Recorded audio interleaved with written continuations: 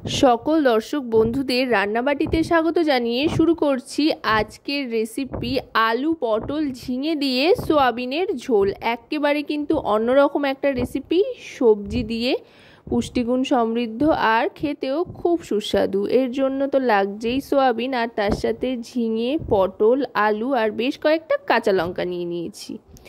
প্রথমেই লম্বা করে কেটে রাখা আলুর টুকরোগুলো ভেজে নিতে হবে সাদা তেলে।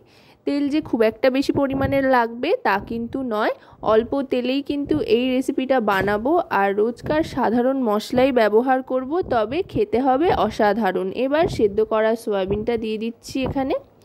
এক প্যাকেট সয়াবিন গোটাটাই এখানে নিয়ে নিয়েছি, মোটামুটি 80 গ্রাম মতো সয়াবিন এখানে রয়েছে। এবার সয়াবিন আর আলু একসাথেই দুটো ভালো করে ভেজে নিচ্ছি। আলুটা অর্ধেক ভাজা হলে সয়াবিনটা দিয়ে দিলে কিন্তু দুটোই একদম সমানভাবে ঠিকঠাক ভাজা হয়ে যাবে। আলু আর সয়াবিন দুটোই কিন্তু ঠিকঠাক ভাজা হয়ে এসছে। এবার এই দুটো তুলে নেব। তুলে নিয়ে আরও খানিকটা তেল অ্যাড করব, আর পুরো রেসিপিটাই এখানে সাদা তেলে বানাচ্ছি। এবার এতে ফোড়ন হিসেবে দিয়ে দেব সাদা জিরে হাফ টিস্পুন পরিমাণে, আর তার সাথে দিয়ে দেব হাফ টিস্পুন মৌরি।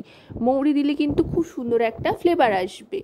আপনারা এভাবে একবার বানিয়ে দেখতে পারেন মৌরি ফোড়ন দিয়ে, চাইলে শুধু মৌরিও কিন্তু ফোড়ন দিতে পারেন। এবার দিয়ে দিচ্ছি এতে পটলের টুকরোগুলো। পটলগুলো ছোট ছোট করে কেটে নিয়েছি মাঝারি সাইজ করে।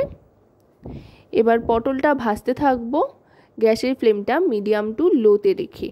পটলটা অর্ধেক ভাজা হলে তারপর এর মধ্যে দিয়ে দেব টমেটো আর আদা বাটা। এটা কিন্তু সম্পূর্ণ নিরামিষই একটা রেসিপি, চাইলে আপনারা যে কোনো দিন যে কোনো সময় বানিয়ে নিতে পারেন। আর ভাত, রুটি, লুচি, পরোটা যে কোনো কিছুর সাথেই কিন্তু এটা খেতে বেশ ভালো লাগে। এবার আদা আর টমেটো বাটাটা একটু ভাজা ভাজা হয়ে আসার পর দিয়ে দিচ্ছি ঝিঙের টুকরোগুলো, আর তার সাথে কয়েকটা চেরা কাঁচা লঙ্কা। কাঁচা লঙ্কার পরিমাণটা কিন্তু আপনারা যতটা ঝাল খাবেন তার উপরে নির্ভর করে কম বেশি করে নিতে পারেন।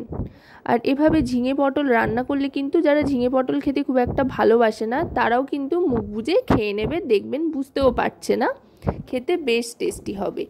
এবার দিয়ে দিচ্ছি আলু আর সয়াবিন, যেটা আগে থাকতে ভেজে রেখেছিলাম সেটা দিয়ে এবার একে একে সমস্ত গুঁড়ো মশলা দিয়ে দিচ্ছি। প্রথমেই দিয়ে দিচ্ছি হলুদ গুঁড়ো 1 টিস্পুন পরিমাণে, তারপর রোস্টেড ধনে আর জিরে গুঁড়ো, তার সাথে দিয়ে দিচ্ছি 1 টিস্পুন পরিমাণে কাশ্মীরি রেড চিলি পাউডার আর পরিমাণ মতো নুন। নুন দিলে কিন্তু সবজিগুলোর থেকে একটু জল ছাড়বে আর সবজিগুলো বেশ অনেকটাই নরম হয়ে আসবে।